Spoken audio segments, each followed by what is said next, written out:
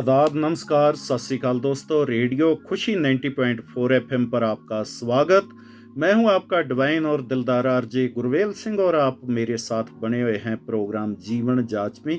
तो आज मैं जीवन जांच प्रोग्राम में जीवन के खजाने श्री गुरु ग्रंथ साहिब जी के ऊपर बात करनी है। सबसे पहले तो मैं ये बात बता देनी चाहता हूं कि श्री गुरु ग्रंथ साहिब जी महाराज हैं जो ये श्री गुरु अर्जन देव जी ने संपादित किए थे, जो सिखों के 5वें गुरु थे। और जो कल का दिन है वो गुरु अर्जन देव जी का शहीदी गुरपुरब है, क्योंकि गुरु अर्जन देव जी को जहांगीर बादशाह ने लाहौर में तत्ती तवी पर बैठाल कर शहीद कर दिया था। अब आप ये सोचेंगे कि क्या ऐसा कारण था कि जहांगीर ने गुरु अर्जन देव जी को शहीद किया, इसके पीछे क्या कारण हो सकते हैं? तो इसके पीछे का जो सबसे बड़ा कारण था वो एक नहीं, कई कारण मिलते हैं उनकी शहीदी के पीछे। जो सबसे बड़ा कारण है वो था जहांगीर बादशाह का अहंकार, क्योंकि एक जो बादशाह होता है उसका अहंकार इतना बड़ा होता है कि जेकर कोई उसकी गलती कह दे तो बादशाह यही सोचता है कि इसको अब मेरे देश में रहने का कोई हक नहीं। अब तो ठीक है, कानून बन गए, कोर्टां आ गईयां और ह्यूमन राइट्स के तहत हम किसी इंसान पे गलत करे तो मुकदमा भी कर सकते हैं। तो वो समय ऐसा था जब ऐसा कुछ नहीं होता था, तब तो ह्यूमन राइट्स नाम की कोई चीज़ ही नहीं थी। तो जो सबसे बड़ी बात थी वो ये थी कि जो जहांगीर बादशाह था उसके बहुत सारे कानून ऐसे थे जो मानवता के भले के लिए नहीं थे, जो सिर्फ बादशाहों की सुपरमेसी को ही काउंट करते थे। परंतु गुरु अर्जन देव जी ये कहते थे, ये प्रचारते थे कि हम सभी बराबर हैं, हम सभी को समानता के साथ जीने का अधिकार है। दूसरा, गुरु अर्जन देव जी ये कहते थे कि सभी रिलीजन सत्कार योग्य हैं, हमें सभी धर्मों का सत्कार करना चाहिए। और गुरु अर्जन देव जी कहते थे कि हमें अच्छे कर्म करने सबसे बड़ा धर्म है। हम लोग जे अच्छे कर्म नहीं करते तो कोई भी हमारा धर्म हो उससे कोई फर्क नहीं पड़ता। परंतु जो बादशाह था उसके पास कुछ लोग ऐसे रहते थे जो उनको बहकाते थे कि गुरु अर्जन देव जी जो बातें कर रहे हैं वो बातें गलत हैं और उन बातों में साधारण हिंदू, मुसलमान, सिख सभी फंस रहे हैं।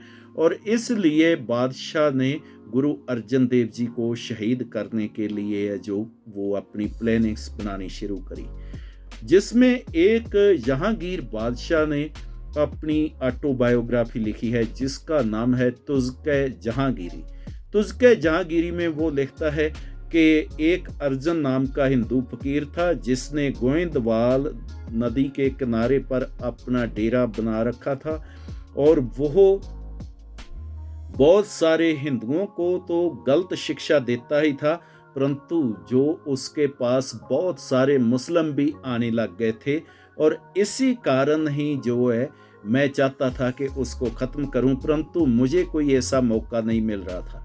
परंतु जब मेरा भाई खुसरो जब आया तो गुरु अर्जन ने खुसरो को आशीर्वाद दिया, क्योंकि खुसरो मैं यहाँ पे बोल दूँ कि वो जहांगीर के साथ उसने बगावत की थी जो उसका बेटा था। तो उसी के चक्कर में अब जहांगीर को एक ऐसा मौका मिल गया कि गुरु अर्जन देव जी को उसने पकड़ लिया और पकड़ के बहुत बड़ा जुर्माना गुरु अर्जन देव जी पर लगा दिया कि आपने एक बागी को पनाह क्यों दी है। जबकि मैं यहाँ पे एक बात कह देनी चाहता हूँ कि गुरु घर है जो उसमें आने का अधिकार सभी को है, जो चाहे वो गुरु घर का विरोधी ही क्यों ना हो, चाहे वो सिक्खी का भी दुश्मन हो, वो भी जब गुरु घर में आता है तो उसको भी कभी नफरत नहीं की जाती, क्योंकि गुरु घर का कुछ ऐसा है। तो बादशाह के डर से बादशाह के बागी को उस जगह पे वेलकम ना करना ये गुरु के सिद्धांतों के बिल्कुल उल्ट था। परंतु ये बात जहांगीर को बहुत बुरी लगी और उसने गुरुजी पर इतना बड़ा जुर्माना लगा दिया जो गुरुजी ने पे ना किया, क्योंकि जुर्माना पे तो गुरुजी तब करते जे गुरुजी ने कुछ गलत किया होता, क्योंकि गुरु अर्जन देव जी ने बहुत अच्छे और बढ़िया काम किए थे। जैसे उन्होंने कुएं लगवाए, उन्होंने बौलियाँ खुदवाई, तालाब बनाए, उन्होंने जो अकाल पीड़ित थे, भूखे लोग मर रहे थे अकाल से, उन लोगों की सहायता की। उन्होंने स्वर्ण मंदिर जब बनाया गया तो इसका भी जो नींव पत्थर था, बुनियाद थी, वो भी फाउंडेशन स्टोन साईं मियाँ मीर एक मुस्लिम से रखवाया। जो श्री गुरु ग्रंथ साहिब जी की उन्होंने रचना की, संपादना की, तो इसमें भी बहुत सारे मुस्लिम्स, हिंदू, जिनको हम छोटी जाति के भी भगत जन कहते हैं, जिनमें भगत रविदास जी, भगत कबीर जी, भगत नामदेव जी, ऐसे भक्तों की बाणी श्री गुरु ग्रंथ साहिब जी में दर्ज की। ऐसे में गुरु अर्जन देव जी ने एक ऐसा समाज सिरजा जिस समाज में सभी को बराबरता मिले, प्यार मिले, सेवा मिले और सबकी संभाल हो। यहाँ तक कि जैसे आज लोग कोरोना के मरीजों को नफरत करने लग गए हैं कि जेकर कहीं ये लगता है कि वो कोरोना का मरीज है तो उसके पास कोई नहीं जाते कि कहीं हमें भी कोरोना ना हो जाए। ऐसे ही उस समय में कुष्ठ रोगियों के साथ किया जाता था। जब किसी को कुष्ठ रोग हो जाता था तो उसको गांव से दूर अकेले ही मरने के लिए छोड़ दिया जाता था। वो इंसान भूखे रहकर तड़प तड़प के मरता था, परंतु कोई उसको पानी तक देने को नहीं जाता था। ऐसी बुरी कंडीशन थी, परंतु गुरु अर्जन देव जी ने उनके लिए कुष्ठ आश्रम बनाए और बिरध आश्रम भी बनाए। गुरु अर्जन देव जी ने ऐसे काम किए कि जो काम मानवता के भले और हमारे देश को आगे ले जाने के लिए बहुत जरूरी थे। परंतु जो जहांगीर बादशाह था उसका सिर्फ गुरु अर्जन देव जी पर यही ब्लेम था कि इन्होंने खुसरो को, जो कि उनके बेटे थे, उसको क्यों जो है वो सपोर्ट किया। जबकि मैं यहाँ पे ये भी बात कह देनी चाहता हूँ कि गुरु अर्जन देव जी ने खुसरो को कोई उसको सपोर्ट नहीं किया था। हाँ, खुसरो उनके पास जरूर आया था, परंतु गुरुजी ने जैसे आम लोग आते हैं वैसे ही वो आया, प्रसादा खाकर चला गया। तो क्या किसी के गुरु कोल आने पे बैन लगाया जा सकता है? शायद आप कहेंगे नहीं, और मैं तो ये बात कहता हूँ किसी भी धर्म स्थान में किसी के आने पर बैन नहीं होता, बशर्ते वो उस जगह पे आकर कुछ गलत ना करे। हाँ, जेकर उस जगह पे आके कुछ गलत करता है वो तो फिर एक दूसरी बात हो गई, परंतु गुरु घर में श्रद्धा से, निष्ठा से कोई भी आ सकता है। हाँ, कानून ने अपना काम करना है। मैं जेकर आज की भी बात करूं तो मैं ये कह सकता हूं कि कानून अपना काम करे, धर्म को अपना काम करने देना चाहिए। सियासत लोगों की सेवा के लिए चाहिए, ना कि किसी को नुकसान पहुंचाने के लिए चाहिए। परंतु होता इससे बिल्कुल उल्टा है कि जो सियासत होती है कई बार वो लोगों की सेवा की बजाय लोगों को नुकसान पहुंचाने के लिए होती है।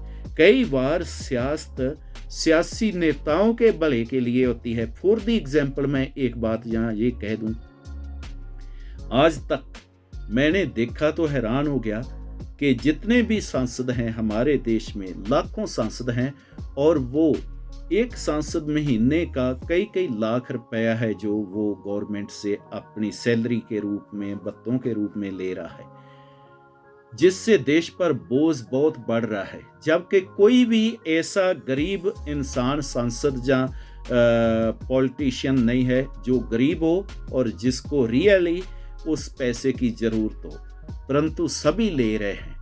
और तो बहुत सारे विषयों पे उन्होंने बहुत तकरीरें की होंगी, परंतु किसी ने भी अभी तक पार्लियामेंट में या किसी विधानसभा में ये नहीं कहा कि ये जो है कम कर देना चाहिए।